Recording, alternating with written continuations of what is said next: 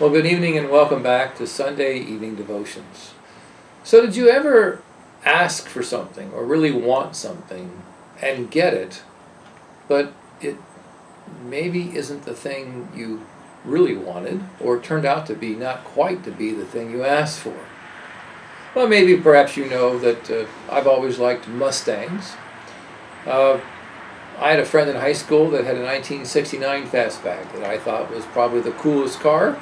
I was driving a Corvair, and he had the Mustang. So some years ago, my father, knowing my desire for Mustangs, gave me a Mustang.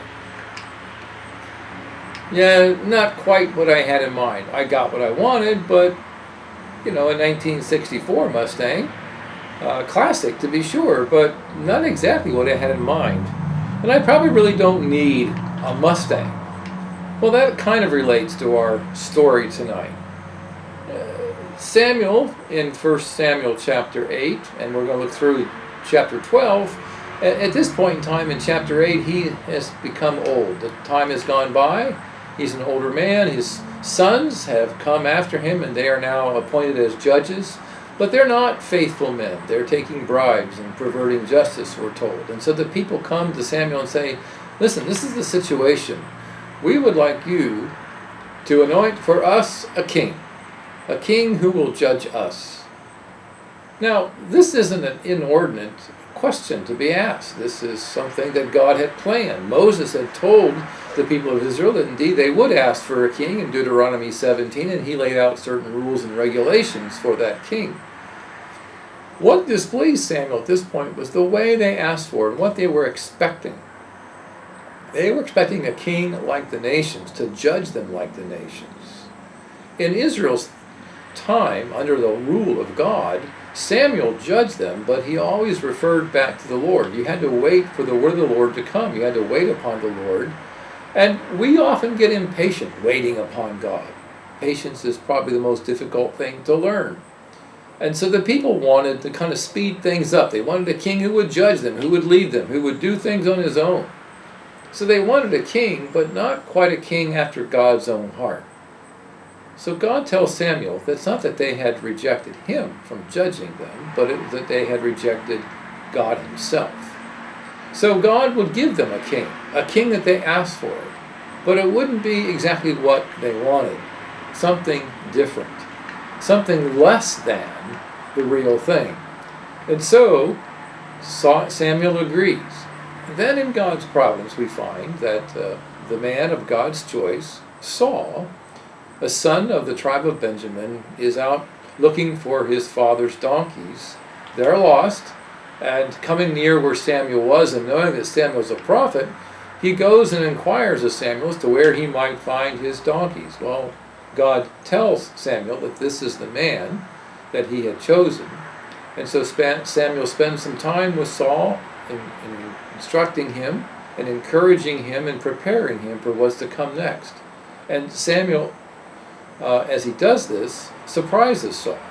Saul is a humble man. He knows he comes from one of the smaller tribes. You may remember what happened to the tribe of Benjamin in Judges.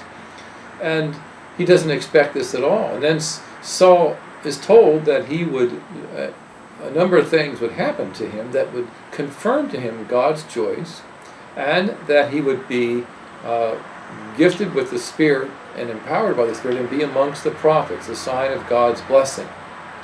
Then Samuel anoints Saul. And so Saul goes on his way, and indeed the donkeys are found, and indeed the Spirit of God comes upon him and empowers him. We're told he's given a new heart. This is not a new heart of regeneration, as we will find out in Scripture later in Saul's life, but this is a new heart in the sense that he's being taken from a humble man to becoming a kingly man to do the task that God had given him. And so he's prepared.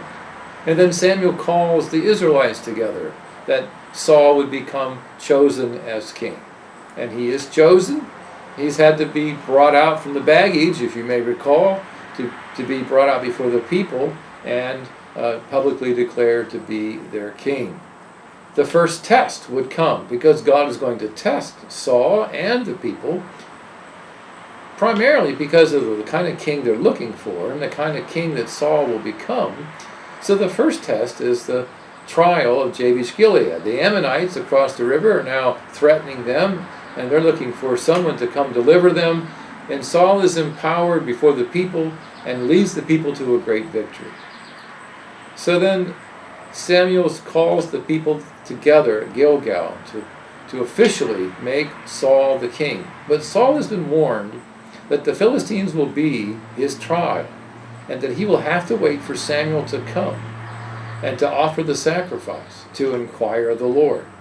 And we will see whether Saul meets the test. But for now, things start out well. And Samuel, as he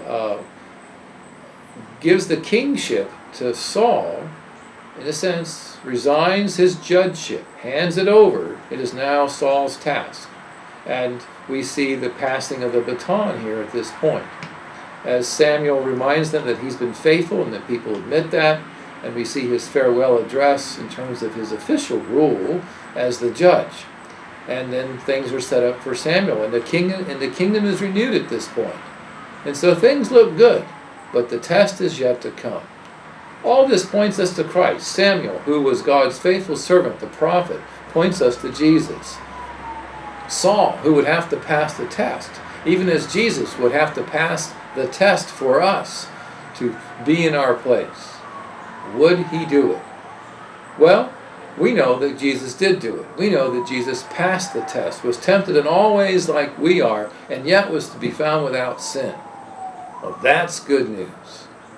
Good night.